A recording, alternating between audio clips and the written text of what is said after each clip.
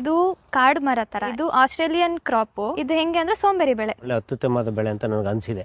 ಯಾಕಂದರೆ ಇವತ್ತಿನ ಬೆಳೆ ಕೈಲಿ ಇರೋದ್ರಿಂದ ನಾನು ಅದನ್ನು ಧೈರ್ಯವಾಗಿ ಹೇಳ್ತಾ ಇದ್ದೀನಿ. ಅಟ್ಲೀಸ್ಟ್ ಒಂದು 10 ಗಿಡನಾರು ಮನೇಲಿ ಹಾಕೊಳ್ಳಿ, ಖಂಡಿತ ಒಳ್ಳೆಯ ಒಂದು ಡ್ರೈ ಫ್ರೂಟ್ ನಟ್ಸನ್ನಾರು ತಿನ್ಬೋದು. ನಮಗೆ 250 300 ರೂಪಾಯಿ ಕೆಜಿ ಸಿಕ್ಕಲಿ, ನಮಗೆ ಗೋಡಂಬಿಗಿಂತಲೂ ಲಾಭನೇ ಇದು. ಫಸ್ಟ್ ನಾನು ಮೆಕಡೋನ್ ಇಂಟ್ರೊಡ್ಯೂಸ್ ಮಾಡಿದ್ದೆ ನಾನು ಮೀಡಿಯಾದಲ್ಲಿ. ಕಸಿ ಗಿಡ ಒಳ್ಳೆಯದು ಅಂತ ನನ್ನ ಅನಿಸಿಕೆ. ಇವಾಗ ಗ್ರಾಫ್ಟ್ ಗಿಡ ನಂದು ಈ ಥರ ಈಲ್ಡ್ ಬರ್ತಾ ಇದೆ. ಒಂದು ಕಾಡು ಬೆಳೆ ಅಂದರೆ ಕಾಡೇ ಇದೆ, ಒಂಥರ ಮೆಕಡೋಮೆ ಕಾಡು ಅಂತ ಹೇಳ್ಬೋದು. ಮುಂದೆ ನೀವು ಬೆಂಗಳೂರಲ್ಲಿ ಎಲ್ಲೇ ಇರಿ, ನಿಮ್ಮ ಊರಲ್ಲಿ ಖಾಲಿ ಜಾಗಗಳಿದ್ದರೆ ಅಟ್ಲೀಸ್ಟ್ 1 ಎಕರೆ 2 ಎಕರೆ ಈ ಥರ ಬೆಳ್ಕೊಂಡು ನೀವು ಇದು ಏನು ಕೆಲಸ ಏನಿಲ್ಲ ಅಷ್ಟು, ನೀವು ಬರೀ ಸಂಡೇ ಶನಿವಾರ ಭಾನುವಾರ ಬಂದುಬಿಟ್ಟು ಇದನ್ನು ಮೇಂಟೈನ್ ಮಾಡಿದ್ರು ಸಾಕು. 3.5 ವರ್ಷದ ಗಿಡ ಅಷ್ಟೇ, ಒಳ್ಳೆ ಆದಾಯ ಪಡಿಬೋದು ಈ ಗಿಡದಲ್ಲಿ. ನಿಮ್ಮ ಕೈಯಲ್ಲಾದರೆ ಒಂದು ಸೈಡಲ್ಲಿ ಒಂದು 5-6 ಗಿಡ ಹಾಕ್ಕೊಂಡು ಟ್ರಯಲ್ ನೋಡಿ, ಆಮೇಲೆ ಚೆನ್ನಾಗಿ ಬಂದರೆ ಇನ್ನೂ ಸ್ವಲ್ಪ 1 ಎಕರೆ ಗಟ್ಟಲೆ ಗಿಡ ಮಾಡಿ. ಅಡಿಕೆಗಿಂತ ಒಳ್ಳೆ ಬೆಳೆ ಅಂತ ಹೇಳ್ತೀನಿ ನನ್ನ ಅನಿಸಿಕೆ ಪ್ರಕಾರ.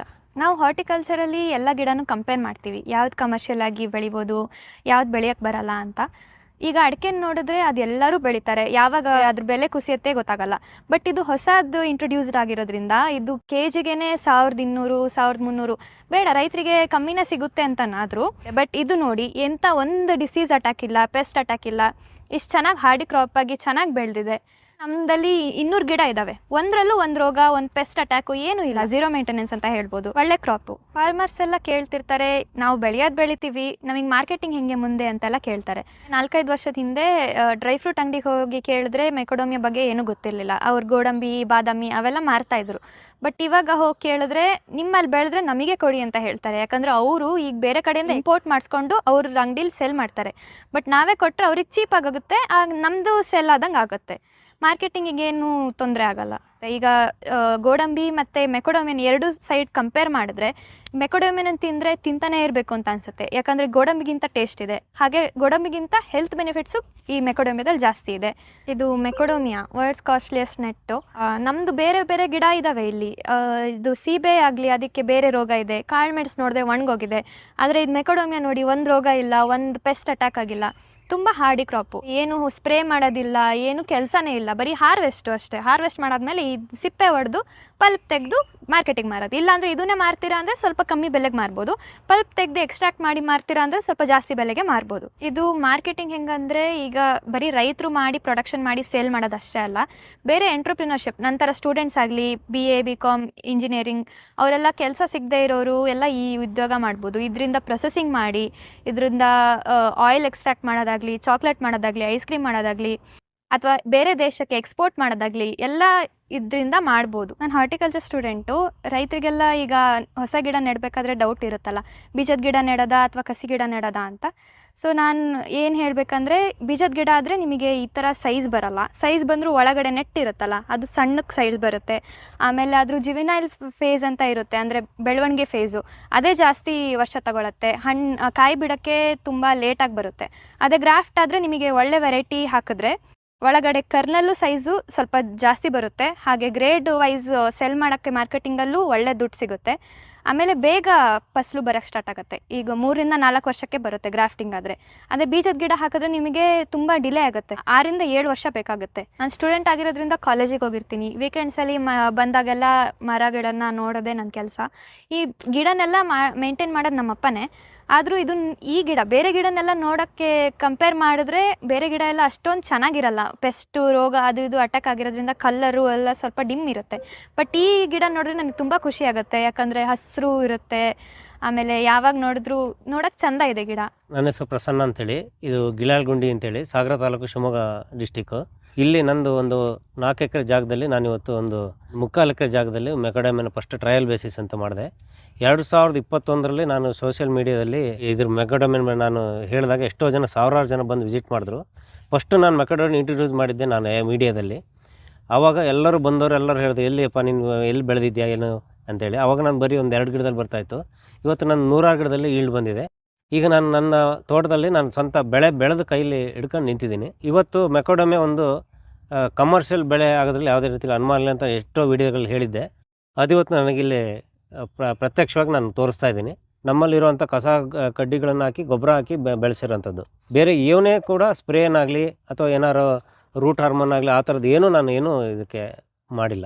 ಆದರೂ ಕೂಡ ಇಷ್ಟು ಚೆನ್ನಾಗಿ ಬೆಳೆ ಬಂದಿದೆ. ಈಗ ಮೆಕಡೋಮಿಯಾದಲ್ಲಿ ತುಂಬ ಜನ ಕನ್ಫ್ಯೂಸ್ ಇತ್ತು, ಬೀಜದ ಹಾಕಿದ್ರೆ ಒಳ್ಳೇದಾ ಕಸಿದು ಹಾಕಿದ್ರೆ ಒಳ್ಳೇದಾ ಅಂತ ನೋಡಿ. ಕಸಿದು ಹಾಕಿದ್ರೆ ನಿಮಗೆ ಈ ಥರ ಒಂದೇ ಯೂನಿಫಾರ್ಮ್ ಆಗಿ ಬಿಡ್ತದೆ. ಈ ಥರ ಯೂನಿಫಾರ್ಮ್ ಬಿಟ್ಟಾಗ ಏನಾಗುತ್ತೆ ಅಂದರೆ ನಮ್ಮ ಮಾರ್ಕೆಟಲ್ಲಿ ಇದರ ಒಳಗಿನ ಪಪ್ಪೇನಿದೆ ಅದು ಒಳ್ಳೆ ಸೈಜ್ ಬರ್ತದೆ. ಸೈಜ್ ಬಂದಾಗ ಏನಾಗುತ್ತೆ ಅಂದರೆ ಅದು ಫಸ್ಟ್ ಕ್ವಾಲಿಟಿ ರೇಟಲ್ಲಿ ಸೇಲ್ ಆಗುತ್ತೆ. ಹಾಗಾಗಿ ನಾವೇನು ಹೇಳ್ತೀವಿ ಅಂದರೆ ಕಸಿ ಗಿಡ ಒಳ್ಳೆಯದು ಅಂತ ನನ್ನ ಅನಿಸಿಕೆ. ಯಾಕೆಂದರೆ ಬೀಜದ ಗಿಡದಲ್ಲಿ ಏನಾಗುತ್ತೆ ಅಂದರೆ ಸೈಜ್ ಸಣ್ಣ ಬರುತ್ತೆ. ನೀವು ಮಾರ್ಕೆಟಲ್ಲಿ ಅದನ್ನು ತೊಗೊಂಡೋದ್ರೆ ಇದು ಸೈಜ್ ಸಣ್ಣ ಇದೆ, ಅದು ಆ ಥರದ್ದು ಏನಾದ್ರು ಮುಂದೆ ಎಫೆಕ್ಟ್ ಬರ್ಬೋದಂತೆ ನಾನೇನು ಮಾಡಿದೆ, ಪ್ರಿಕಾಷನ್ ತಗೊಂಡು 2021ರಲ್ಲಿ ನನ್ನ ಹತ್ರ ಆ್ಯಕ್ಚುಲಿ ಬೀಜ ಗಿಡ ಇದ್ದಿದ್ದು. ಆಮೇಲೆ ಏನು ಮಾಡಿದೆ, ನಾನೆಲ್ಲ ಗ್ರಾಫ್ಟ್ ಗಿಡಗಳನ್ನು ಹಾಕ್ಸಿದೆ. ಇವಾಗ ಗ್ರಾಫ್ಟ್ ಗಿಡ ನಂದು ಈ ಥರ ಈಲ್ಡ್ ಬರ್ತಾಯಿದೆ. ಇದು ಆ್ಯಕ್ಚುಲಿ ಲಾಸ್ಟ್ ಮೂಮೆಂಟು. ಇನ್ನೂ ಮುಂಚೆ ಬಂದಿದ್ದರೆ ಇದ್ರ ಫುಲ್ ಗಿಡ ತುಂಬ ನೋಡ್ಬೋದಾಗಿತ್ತು ನೀವು. ಬಟ್ ಒಳ್ಳೆ ಕಮರ್ಷಿಯಲ್ ಬೆಳೆ, ವಾಣಿಜ್ಯ ಬೆಳೆ. ಇವತ್ತೆಲ್ಲರೂ ಮೆಕಡಮಿ ಹಿಂದ್ಗಡೆ ಹೋಗೋದ್ರಲ್ಲಿ ಯಾವುದೇ ರೀತಿ ತಪ್ಪಿಲ್ಲ. ಬಟ್ ಇದನ್ನು ಬೆಳೀರಿ, ಅಟ್ಲೀಸ್ಟ್ ಒಂದು 20 ಗಿಡನಾರು ಹಾಕ್ಕೊಳ್ಳಿ, ಎಕರೆಗಟ್ಟಲೆ ಆಗದೆ ಹೋದರು. ಫಸ್ಟ್ ಟ್ರಯಲ್ ಮಾಡಿ, ಆಮೇಲೆ ನೀವು ಎಷ್ಟು ಬೇಕೋ ಅದನ್ನು ಎಕ್ಸ್ಟೆಂಡ್ ಮಾಡ್ತಾ ಹೋಗಿ. ಇದಕ್ಕೇನು ಅಂದರೆ ನನಗೆ ಗೊತ್ತಿದ್ದಂಗೆ ಒಂದು ಕಾಂಡಕೊರಕ ರೋಗ ಒಂದು ಇದೆ. ಅದನ್ನೊಂದು ನಾವು ಪ್ರಿಕಾಷನ್ ತಗೊಂಡು ಮಾಡಿಬಿಟ್ರೆ ಬೇರೆ ಇದು ಏನೂ ಕೇಳಲ್ಲ. ಇದು ಬರೀ ಒಂದು ನಮ್ಮಲ್ಲಿರೋ ತಿಪ್ಪೆಗಿರೋ ಗೊಬ್ಬರ ತಂದು ಹಾಕಿದ್ರು ಸಾಕಿದ್ದಕ್ಕೆ. ಅದು ಬುಡ ಬಿಡಿಸ್ಬೇಕು ಅಂತಿಲ್ಲ, ಏನಿಲ್ಲ, ಬರೀ ನಾವು ತಂದು ಮೇಲಕ್ಕೆ ಹಾಕೋದಷ್ಟೇ. ಅಷ್ಟು ಬೆಳೆದ್ರೂ ಕೂಡ ಇದು ಬರುತ್ತೆ ಬೆಳೆ. ನಮಗೆ 250ರಿಂದ 300 ರೂಪಾಯಿ ಕೆಜಿ ಸಿಕ್ಕಲಿ, ನಮಗೆ ಗೋಡಂಬಿಗಿಂತಲೂ ಲಾಭನೇ ಇದು. ಯಾಕೆಂದರೆ ಗೋಡಂಬಿಗಾದರೂ ಕೂಡ ಅದಕ್ಕೆ ಹೂವು ಬರುವಾಗ ಸ್ಪ್ರೇ ಮಾಡಬೇಕು, ಅದಕ್ಕೆ ಕಾಯಿ ಕಚ್ಚುವಾಗ ಸ್ಪ್ರೇ ಮಾಡಬೇಕು, ಎಲ್ಲ ಇದೆ. ಇದಕ್ಕೆ ಏನೂ ಮಾಡಿಲ್ಲ ನಾನು. ಈಗ ನಾನು ಮೆಕಡಮೆನ 15/15ಕ್ಕೆ ಹಾಕಿದ್ದೀನಿ. ಇದನ್ನು ನಾವು 2 ಅಡಿ 2 ಅಡಿ ಗುಣಿ ಹೊಡೆದ್ಬಿಟ್ಟು ಅದಕ್ಕೆ ಕಾಂಪೋಸ್ಟ್ ಗೊಬ್ಬರ, ಅದನ್ನು ಮೇಲ್ಗಡೆ ಮಣ್ಣನ್ನೇ ಹಾಕಬೇಕು. ಕೆಳಗಡೆ ಮಣ್ಣನ್ನು ತೆಗೆದು ಹೊರಗೆ ಹಾಕಿ, ಆ ಹೊರಗಡೆ ಎಷ್ಟು ತೆಗೆದಿರ್ತೀವೋ ಅಷ್ಟು ವಾಪಸ್ಸು ರೀಫಿಲ್ ಆಗಿ ನಾವು ಅದಕ್ಕೆ ಕಾಂಪೋಸ್ಟ್ ಗೊಬ್ಬರ ಮತ್ತು ಬೇವಿನ ಹಿಂಡಿ, ಟ್ರೈಕೋಡರ್ಮಾ, ಸುಡೋಮೋನಾಸು ಇವೆಲ್ಲವನ್ನು ಮತ್ತು ನಮ್ಮಲ್ಲಿರುವಂಥ ಕಾಡು ಮರದ ಎಲೆಗಳು ಇವಿಷ್ಟನ್ನು ಮಿಕ್ಸ್ ಮಾಡಿ ನಾವು ಅದಕ್ಕೆ ತುಂಬಿಬಿಟ್ಟು ನೆಟ್ಟರೆ ಪ್ಯಾಕೆಟ್ ಲೆವೆಲಿಗೆ ನೆಡಬೇಕು. ಎಷ್ಟೋ ಜನ ಮೆಕಡಮೆನ ಸಾಯಿಸ್ಕೊಳ್ಳೋದೆಲ್ಲ ಮಾಡ್ಕೊಂಡಿದ್ದಾರೆ. ಆಮೇಲೆ ಕಸಿನ ಕೆಳಗಡೆ ಬಂದಿರೋಂಥ ಕಸಿಗಳನ್ನು ತೆಗಿಬೇಕು ಅವಾಗವಾಗ ನೋಡಿ. ಅಷ್ಟು ಮಾಡಿ ಇದನ್ನು ಮೇಂಟೈನ್ ಮಾಡಿದ್ರೆ ಸಾಕು. ಇದಕ್ಕೆ ಈ ಗಿಡದಲ್ಲಿ ಆ್ಯಕ್ಚುಲಿ ಈ ವರ್ಷ ಈ ಥರ ಕಾಯಿ ಬಲ್ತಿರೋಂಥದ್ದು ನನಗೊಂದು 8ರಿಂದ 10 kg ಆಗಷ್ಟು ಸಿಕ್ಕಿದೆ. ಈಗ ಇದನ್ನು ನಾವು ಪ್ರೊಸೆಸ್ ಮಾಡಿದ್ರೆ ಹೆಚ್ಚು ಕಮ್ಮಿ 4 kgಗೆ 4.25 kgಗೆ 1 kg ಬರುತ್ತೆ ಅಂತ ಹೇಳ್ತಾರೆ. ಅಲ್ಲಿಗೆ 2 kg ಆಯಿತು. 2 kgಗೆ ಇವತ್ತಿನ ರೇಟಲ್ಲಿ 2,500-3 ಸಾವಿರ ಇದೆ. ಅದು ಬೇಡ, ನಮಗೆ ಬರೀ 300ರಿಂದ 400 ರೂಪಾಯಿ ಸಿಕ್ಕಿದ್ರು ಕೂಡ 500ರಿಂದ 600 ರೂಪಾಯಿ ಆಯಿತು ಒಂದು ಗಿಡಕ್ಕೆ. ಬಟ್ ನಮಗೆ ಹೋಗ್ತಾ ಹೋಗ್ತಾ ಇದೇನಾಗುತ್ತೆ, ಇಳುವರಿ ಜಾಸ್ತಿ ಆಗ್ತಾ ಹೋಗುತ್ತೆ. ಹೋಗ್ತಾ ಹೋಗ್ತಾ ಇಳುವರಿ ಜಾಸ್ತಿ ಆದಾಗ ಏನಾಗುತ್ತೆ ಅಂದರೆ ನಮಗೊಂದು 25ರಿಂದ 30 kg ಬೇಡ, ಒಂದು 10ರಿಂದ 15 kg ಪಪ್ಪು ಸಿಕ್ತು ಅಂದರೆ ಒಂದು ಗಿಡದಲ್ಲಿ ಬರೀ ಒಂದು 300ರಿಂದ 400 ರೂಪಾಯಿ ಸಿಕ್ಕಿದ್ರು 5ರಿಂದ 6 ಸಾವಿರ ರೂಪಾಯಿ ಅಂತೂ ಮಿನಿಮಮ್ ಸಿಗುತ್ತೆ. ನಾನು ಆ ಲೆಕ್ಕಾಚಾರದಲ್ಲಿ ಬೆಳೆದೀನಿ. ಇವತ್ತಿನ ರೇಟನ್ನು ನಂಬ್ಕೊಂಡು ಮೆಕಡಮೆನ ಯಾರು ಹಾಕೋಕ್ಕೆ ಹೋಗ್ಬೇಡಿ. ಯಾಕಂದರೆ ನಾಳೆ ಅಷ್ಟು ಸಿಕ್ಕರೂ ನಾನು ಮೆಕಡಮೆ ಲಾಭ ಅಂಥೇಳಿ ನಾನು ಬೆಳಿತೀನಿ ಅಂದರೆ ಅವತ್ತು ಮಾಡಿ, ಖಂಡಿತ ನಿಮ್ಗೆ ಲಾಭ ಆಗುತ್ತೆ. ಈಗ ನಾನು ಮೆಕಡಮೆ 14 ಅಡಿ 15 ಅಡಿ ಅಂತರಕ್ಕೆ ಹಾಕಿದ್ದೀನಲ್ಲ, ಇದು ನಮಗೆ ಎಕರೆಗೆ ಒಂದು 180ರಿಂದ 200 ಗಿಡದವರೆಗೆ ಕೂರುತ್ತೆ. ನಾವು ರೋಡು ಮಾರ್ಜಿನ್ ಯಾವ ಥರ ಬಿಟ್ಕೊತೀವಿ ಅದ್ರ ಮೇಲೆ ಡಿಪೆಂಡು. ಒಳ್ಳೆ ಅತ್ಯುತ್ತಮವಾದ ಬೆಳೆ ಅಂತ ನನಗೆ ಅನಿಸಿದೆ. ಯಾಕೆಂದರೆ ಇವತ್ತಿನ ಬೆಳೆ ಕೈಲಿ ಇರೋದ್ರಿಂದ ನಾನು ಅದನ್ನು ಧೈರ್ಯವಾಗಿ ಹೇಳ್ತಾ ಇದ್ದೀನಿ. ಅಟ್ಲೀಸ್ಟ್ ಒಂದು 10 ಗಿಡನಾರು ಮನೇಲಿ ಹಾಕ್ಕೊಳ್ಳಿ, ಖಂಡಿತ ಒಳ್ಳೆಯ ಒಂದು ಡ್ರೈ ಫ್ರೂಟ್ ನಟ್ಸನ್ನಾರು ತಿನ್ಬೋದು. ಇದು ಆ್ಯಕ್ಚುಲಿ ಮೆಕಡಮೆ ಇದೆಯಲ್ಲ, ಇದೊಂದು ಕಾಡು ಬೆಳೆ ಅಂತ ನಾನು ಎಷ್ಟೊಂದು ವಿಚಾರದಲ್ಲೂ ಕೂಡ ನಾನು ಸೋಷಿಯಲ್ ಮೀಡಿಯಾದಲ್ಲಿ ಹೇಳಿದ್ದೆ. ಇವತ್ತು ನನಗದು ಸತ್ಯ ಅನ್ನಿಸ್ತಾ ಇದೆ. ಯಾಕೆಂದರೆ ನೋಡಿ, ನಾನು ಏನು ಕಳೆ ಕೂಡ ತೆಗೆಯಲ್ಲ. ಒಂದು ಕಾಡು ಬೆಳೆ ಅಂದರೆ ಕಾಡೇ ಇದೆ, ಒಂಥರ ಮೆಕಡಮೆ ಕಾಡು ಅಂತ ಹೇಳ್ಬೋದು ಮುಂದೆ. ಆ್ಯಕ್ಚುಲಿ ಇದು ಫಸ್ಲು ಬಂದಾಗ ಮಾತ್ರ ನಾನು ಕಳೆ ಹೊಡಿ ಮಿಷನಲ್ಲಿ ಇದು ಮಾಡ್ತೀನಿ. ಯಾಕೆಂದರೆ ಈಲ್ಡನ್ನು ನಾನು ಹೆರ್ಕ್ಲಿಕ್ಕೋಸ್ಕರ ಕೆಲವು ಮೆಕಡಮ್ ಬೀಳ್ತಾವೆ ಕೆಳಗಡೆ ಬಲ್ತಾಗ, ಅದನ್ನು ಕಲೆಕ್ಟ್ ಮಾಡೋಕ್ಕೋಸ್ಕರ ಅವಾಗ ಒಂಚೂರು ಕಳೆ ಹೊಡಿ ಮಿಷನಲ್ಲಿ ಕ್ಲೀನ್ ಮಾಡ್ತೀನಿ. ಬಿಟ್ಟರೆ ಬೇರೆ ನಂದು ಏನೂ ಇಲ್ಲ, ಎಲ್ಲ ಜೀರೋ ಕಲ್ಟಿವೇಷನ್ನೇ. ಇದೊಂದು ಕಮರ್ಷಿಯಲ್ ಬೆಳೆ. ಇಲ್ಲಿ ಹಿಂದೆ ಮುಂಚೆ ರಬ್ಬರ್ ಇತ್ತು, ಆ ರಬ್ಬರ್ ಎಲ್ಲ ಪೂರ ತೆಗೆದುಬಿಟ್ಟು ನಾನು ಮಧ್ಯದಲ್ಲಿ ಮೆಕಡಮ್ ಹಾಕಿದ್ದು. ಎಷ್ಟೋ ಜನ ಅಕ್ಕಪಕ್ಕದವರೆಲ್ಲ ಬೈದರು, ಏನು ರೀ ರಬ್ಬರ್ ಒಳ್ಳೆ ಬೆಳೆ, ಈಗ ಅದನ್ಯಾಕೆ ತೆಗೆದ್ರಿ ಅಂತ.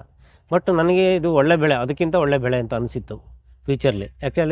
ಯಾಕೆಂದರೆ ವಿಯೆಟ್ನಾಮು, ಆಸ್ಟ್ರೇಲಿಯಾ ಅದೆಲ್ಲ ವೀಡಿಯೋಸ್ಗಳು ನೋಡಿದ್ದೆ, ಅಲ್ಲೆಲ್ಲ 1000 ಎಕರೆ ಬೆಳೆದಿದ್ದಾರೆ. ಆ್ಯಕ್ಚುಲಿ ಮೆಕಡಮೆ ಬೆಳೆದಾಗ ನನಗೆ ಹೆಚ್ಚಿನದಾಗಿ ಯಂಗ್ಸ್ಟಾರ್ ಹುಡುಗರೇ ಬಂದಿರೋದು ನನ್ನ ಪ್ಲಾಟಿಗೆ ನೋಡಲಿಕ್ಕೆ.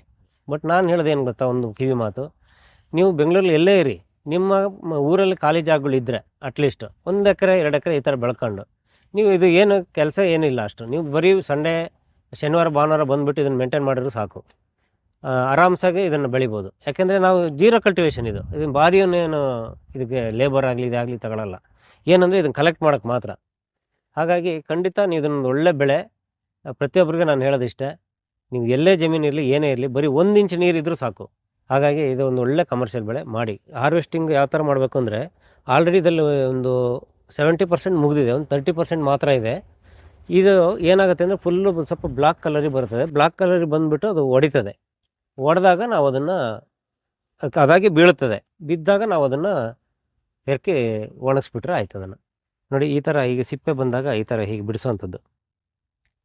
ಸಿಪ್ಪೆ ಈ ಥರ ಬಿಡಿಸಿದಾಗ ಇದ್ರ ಒಳಗಡೆ ಈ ಥರ ದಪ್ಪ ಸೆಲ್ ಇರುವಂಥದ್ದು ಒಂದು ಸಿಗುತ್ತೆ.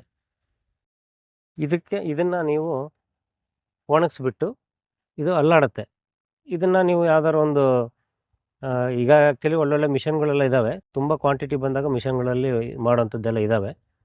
ಬಟ್ ಈಗ ನಮಗೆ ಸಣ್ಣಕ್ಕೆ ಏನು ಮಾಡ್ಬೇಕಂದ್ರೆ ನಮ್ಮಲ್ಲೆಲ್ಲ ಕುಟ್ಟಾಣಿ ಅಂತ ಹೇಳ್ತೀವಲ್ಲ ಅದರಲ್ಲೆಲ್ಲ ಹೊಡೆದು ಬೇಕಾದ್ರೆ ಯೂಸ್ ಮಾಡ್ಕೋಬೋದು. ಇದು ಆ್ಯಕ್ಚುಲಿ ವಿಯೆಟ್ನಾಮು, ಆಸ್ಟ್ರೇಲಿಯಾದಲ್ಲೆಲ್ಲ ಇದೇ ದೊಡ್ಡ ಸ್ವಂತ ಉದ್ಯೋಗ ಆಗಿ ದೊಡ್ಡ ದೊಡ್ಡ ಫ್ಯಾಕ್ಟ್ರಿಗಳನ್ನು ಹಾಕೊಂಡು ಥರ ಈ ಪ್ರೊಸೆಸ್ ಎಲ್ಲ ಮಾಡ್ತಾರೆ. ಬಟ್ ನಮ್ಮ ಸಣ್ಣ ಕ್ವಾಂಟಿಟಿ ಬಂದಾಗ ಏನಾಗುತ್ತೆ ಅಂದರೆ ಇದನ್ನು ನಾವು ಇಲ್ಲಿ ಒಂದು ಸಣ್ಣದೊಂದು ಬಂಟ ಇರುತ್ತೆ. ಇದು ಒಣಸಿದಾಗ ಇದು ಒಡೆಯುತ್ತದೆ. ಒಡೆದಾಗ ಅದನ್ನು ಕ್ರಾಕ್ ಮಾಡಿ ಓಪನ್ ಮಾಡಿ ತಿಂದರೆ ಆಯ್ತು ಅದನ್ನು. ಆ್ಯಕ್ಚುಲಿ ನನ್ನ ಈ ಪ್ಲಾಟ್ ಸುತ್ತಮುತ್ತ ಎಲ್ಲ ಕಾಡೇ ಇರೋದು. ಇಲ್ಲೆಲ್ಲ ಮಂಗಗಳಲ್ಲಿ ಇದ್ದಾವೆ. ಬಟ್ ನನಗೆ ಇವತ್ತವರೆಗೂ ಮಂಗಗಳಿಗೆ ಬಂದರೂ ಕೂಡ ಇದನ್ನು ಕಾಯಿನ ಬೀಳಿಸೋ ಬಿಟ್ಟರೆ ಒಂದು ಕಾಯಿನೂ ಹೊತ್ಕೊಂಡು ಹೋಗಿಲ್ಲ. ಆಮೇಲೆ ಅಳಿಲುಗಳು ಕೂಡ ನಮ್ಮಲ್ಲೇನು ಇಲ್ಲ ಇಲ್ಲಿ. ಅಳಿಲೆಲ್ಲ ಕಾಡು ಅಳಿಲುಗಳು ತಿಂತಾವೆ ಅಂತ ಹೇಳ್ತಾರೆ. ಬಟ್ ನನ್ನಲ್ಲಿ ನಾಯಿ ಇರೋದಕ್ಕೆ ಏನೋ ಗೊತ್ತಿಲ್ಲ. ಅಳಿಲು ಇವತ್ತವರೆಗೂ ಏನೂ ಮಾಡಿಲ್ಲ. ಇವತ್ತುವರೆಗೂ ಒಂದು ಕಾಯಿನೂ ಯಾವುದೂ ಏನೂ ಮುಟ್ಟಿಲ್ಲ ಇವತ್ತವರೆಗೂ. ಇದು ಅಳಿಲು, ಇಲಿ ಎಲ್ಲವೂ ತಿಂತಾವೆ ಅಂತ ಹೇಳ್ತಾರೆ. ಇಲಿಗಳು ಇದನ್ನು ಭಾರಿ ಚೆನ್ನಾಗಿ ಕೊರೆದು ತಿಂತಾವೆ ಅಂತ ಹೇಳ್ತಾರೆ. ಕೆಲವ್ರು ಹೇಳ್ತಾರೆ ಅದೇ ಕಂಪ್ಲೇಂಟು. ಬಟ್ ಅದೊಂದು ನಾವು ಕಂಟ್ರೋಲ್ ಮಾಡ್ಕೊಂಡ್ರೆ ಆರಾಮಾಗಿ ಬೆಳಿಬೋದು ಇದು.